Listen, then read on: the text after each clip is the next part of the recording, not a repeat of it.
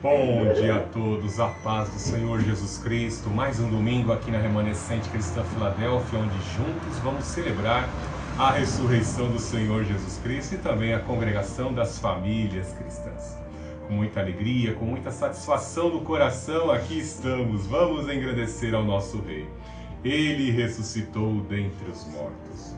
Vamos neste momento abrir nossas Bíblias em Apocalipse capítulo 3, do verso 7 em diante.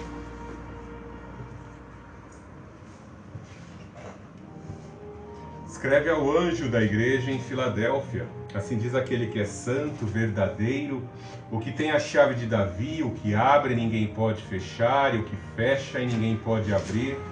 Conheço tuas obras, tenho posto diante de ti uma porta aberta, que ninguém pode fechar. Tens pouca força, mas guardaste a minha palavra e não negaste o meu nome. Farei os da sinagoga de Satanás, aos que se dizem judeus e não são, mas mentem. Sim, farei que venham adorar prostrados aos teus pés e saibam que eu te amo. Porque deste atenção à minha exortação, à perseverança, eu também te guardarei da hora da provação que virá sobre o mundo inteiro, para pôr à prova os que habitam sobre a terra. Venho sem demora, conserva o que tens para que ninguém tome tua coroa. Farei do vencedor uma coluna no templo do meu Deus, de onde jamais sairá. Escreverei nele o nome do meu Deus, o nome da cidade do meu Deus, a nova Jerusalém, que desce do céu da parte do meu Deus, e também o meu novo nome. Quem tem ouvidos, ouça o que o Espírito diz às igrejas. Como pais, assim como pais e assim como orientadores, assim como professores, assim como pastores, todos têm algo em comum. Todos têm um objetivo como meta de cuidar e orientar aqueles aos quais estão colocados sobre o nosso cuidado. Como dispenseiro, assim como o mordomo cuida da casa, bem assim, aquele que está incumbido de ensinar a palavra de Deus, ele vem ensinar, alertar. O aprendizado que ele tem na presença de Deus, ele usa para orientar aqueles que começam na fé, aqueles que se iniciam nos caminhos do Senhor. Digo isso, pastor Fernando está atento a tudo que acontece na nossa cultura, em todos os aspectos, na política, na economia, e sempre trazemos aqui para a igreja com o intuito de orientar. Mas ainda no que diz respeito à batalha espiritual, temos que entender que temos duas grandes batalhas diante de nós, a batalha cultural e a batalha espiritual. Assim como um pai que talvez já tomou algum medicamento e aquilo veio de certa forma promover um efeito colateral nocivo, nós que já experimentamos alguns medicamentos, nós às vezes passamos essa orientação: não tome tal medicamento, porque se o teu organismo reagir dessa forma, o efeito colateral vai ser nocivo. Então procuramos orientar e trazer a todos o conhecimento, aquilo que agregamos das nossas experiências com Deus, daquilo que o Espírito Santo tem trabalhando no nosso coração, ao longo da semana, do que aprendemos da palavra de Deus. E a vida do cristianismo, vivenciar um cristianismo verdadeiro, puro e simples, não é uma tarefa fácil. O mundo é cheio de atrativos, o mundo é cheio de entretenimentos, o mundo põe na vitrine da vida diversos atrativos e algumas pessoas ali gastam acima do que é devido nessas vitrines e acabam protelando decisões, deixando decisões urgentes e importantes para depois e acabam se envolvendo com as coisas da vida.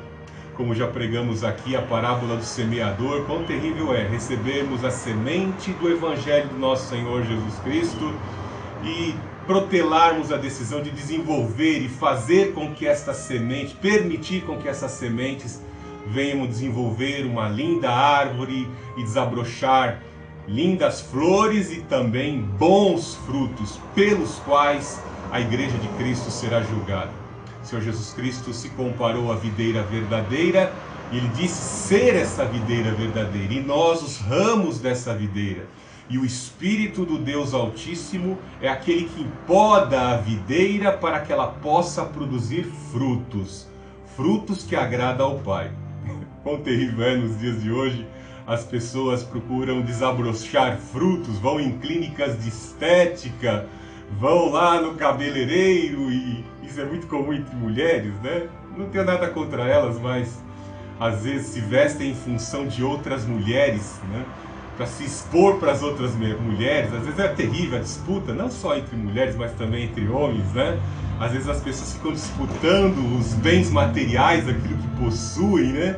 Possuem um bem material e faz questão de expor aquele bem material como um troféu, como uma vitória. E ali, neste coração que faz isso, a gente encontra orgulho, jactância, ostentação. É algo que não agrada a Deus. Quão terrível é para alguns cristãos que ainda não compreenderam que o Evangelho, que o verdadeiro Evangelho envolve o esvaziamento. Aquele que quiser vir após mim a cada dia, negue-se a si mesmo, tome a sua cruz e siga-me. Aquele que vai nos promover a salvação, vai proporcionar a salvação, é o Todo-Poderoso. Mas ele incumbe a cada um de nós que quer segui-lo para encontrar a salvação, que carregue a sua cruz. Cada um de nós tem uma cruz. E não adianta nós tentarmos adornar, tentar colocar maquiagem. A palavra de Deus se impõe às nossas vidas, se explicita diante dos nossos olhos. A vida se impõe com força diante de nós. E nós vamos ver que alguns discursos, eles não vão se sustentar ao longo da nossa vida. Alguns discursos que às vezes seguimos de alguns líderes não vão se sustentar ao longo do processo da nossa vida, porque não tem força e não encontram respaldo, sustentação na palavra de Deus. E quão terrível é para essas pessoas que às vezes se sustentam nisso, se decepcionarem com a igreja, se decepcionarem com o Evangelho. As pessoas, a lua de mel acaba e logo vem a realidade da convivência da vida a dois. Às vezes, quando não se faz a escolha certa, é terrível, né? Porque às vezes o defeito já está sendo explícito lá na época do namoro, mas o casal não se dá conta de que é uma pessoa com quem você vai fazer uma aliança até que a morte os separe, e aquele defeito você não suporta. Que às vezes você está permitindo que a sensualidade se sobreponha à realidade do que você realmente pode suportar. Nada pega o nosso Deus de surpresa.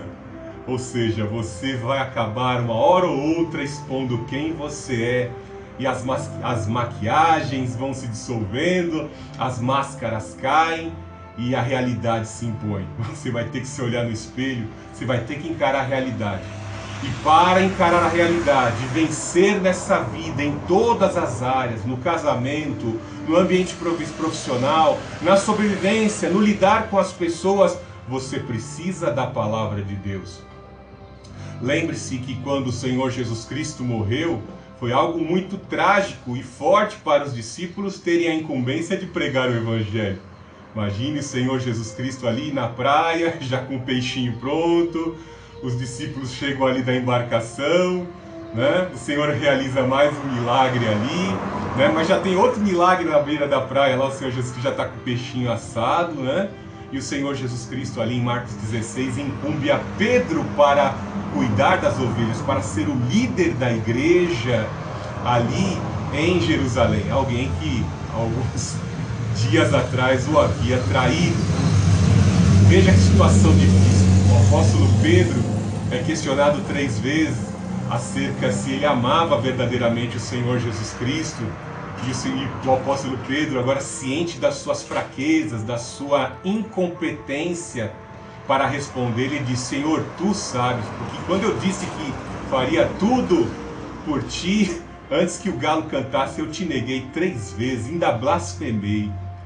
Deu para você notar que aquele que foi escolhido para ser líder da igreja não tinha competência em si mesmo para a missão que haveria de ser colocada sobre os seus ombros? Agora imagine você para exercer função nessa nova porta que se abre na tua vida, até mesmo na casa de Deus, para lidar com as pessoas. Se o Senhor Jesus Cristo lidou com 12 cabecinhas diferentes ali entre os seus discípulos, um traidor, um queria negá-lo, um que roubava a bolsa ali de dinheiro, um ladrãozinho no meio do grupo. Imagine você neste mundo. Muito ainda a ser realizado através da tua vida, e você precisa estar preparado para lidar com estas situações. É aí que você precisa entender a palavra de Deus e agir com fé. Você precisa ler a palavra de Deus e entender que maior é aquele que está com você do que aquele que está no mundo. O mundo já está condenado porque jaz do maligno. Nós participamos da ceia aqui e foi enfatizado isso, né? O mundo já está condenado e você não pode ficar dormindo na igreja sem desempenhar a fé na palavra de Deus. Será pregado no texto de hoje Eliseu abrindo os olhos do céu para que ele pudesse compreender. Você não está com medo não, profeta? Não, maior é o que está conosco do que está no mundo. O exército dos sírios pode até espantar por toda a aparelhagem, por todo equipamento bélico, as armaduras, espadas, carros de ferro. Isso assusta os exércitos adversários. Veja agora, que você veja pelo poder do Espírito Santo quem é que está do teu lado. E aí ele pôde contemplar a glória de Deus. Os exércitos, uma visão parcial de uma das divisões do exército do Deus Altíssimo, que pelejam em prol daqueles que hão de herdar a salvação, daqueles que promovem a salvação pela pregação do Evangelho, daqueles que testemunham do Evangelho, daqueles que testemunham o Evangelho, daqueles que testemunham o Evangelho. Por que eu falei 3 vezes? Porque aquilo que foi mostrado a Elias não é só para o pastor Fernando, ou para os bispos e apóstolos neopentecostais. É para você que é filho de Deus. E recebereis poder ao descer sobre vós o Espírito Santo, e ser-me-eis minhas testemunhas. Para vivenciar o cristianismo, nós precisamos de graça, poder, porque o inimigo vai ficar nervosinho, porque você não é mais das regiões das trevas, agora você é das regiões celestiais. Já está selado o teu nome, tem língua de fogo selando a tua vida para que você alcance as promessas e alcance a salvação eterna. Cabe a você agora optar, escolher, buscar o conhecimento de Deus, buscar o poder de Deus para a tua vida, para que você possa vencer. O diabo vai tentar de tudo, fazer com que essa palavra seja esquecida, as apreensões da vida, um acusador vai tentar desestimular você, vai falar algo em teu ouvido que vai te ofender, vai te desestimular, mas creia, ser fiel até a morte, dar-te-ei a coroa da vida. É promessa de quem? Ressuscitou dentre os mortos, de alguém que tem um reino, de alguém que construiu no coração de todos nós uma religião, não só uma religião, mas um reino espiritual em nossas consciências. Esse reino já foi imposto, nós fazemos parte desse reino e é o poder de Deus que nos mantém nele. Portanto, mantenhamos firmes a nossa confissão de fé no Rei, no Senhor Jesus Cristo. Ele nos deu poder, este mesmo poder que o ressuscitou dentre os mortos. Deus Altíssimo, Deus de amor, Deus de poder, nós te adoramos, nós te engrandecemos, nós glorificamos o teu nome. Tu és o nosso Rei, nosso Senhor, nosso único Salvador. Ó Deus Altíssimo, te suplicamos nessa manhã, com a luz do teu Espírito Divino, nos ilumina, nos guarda do mal, guarda essa palavra dentro dos nossos corações, para que o inimigo não a tome, não venha roubá-la. Em nome do Senhor Jesus Cristo, que as barreiras e os impedimentos das trevas sejam repelidos e afugentados agora, em nome do Senhor Jesus, o Todo-Poderoso. Guarda esta reunião, Senhor Jesus Cristo, e manifesta-te, ó Santo Espírito, iluminando o nosso entendimento, derramando sobre os nossos corações a unção que revigora, a unção que revitaliza, a unção que nos leva a crer e desempenhar a fé na palavra de Deus. Ó Santo Espírito, nos santifica, nos consagra, perdoa os nossos pecados em nome do Senhor Jesus. Ó Santo Espírito, visite a todos que nos assistem pela plataforma do YouTube, em nome do Senhor Jesus. Que sejam abençoados, libertos de todo mal, de toda peste, em nome do Senhor Jesus Cristo. E nesta manhã, a remanescente cristã Filadélfia adore e exalta ao Pai, adore e exalta ao Filho, adore e exalta ao Santo Espírito. Que Deus abençoe grandemente a tua vida nesta manhã de domingo. Louve, adore, exalte e engrandeça ao Senhor Jesus Cristo. Ele ressuscitou dentre os mortos.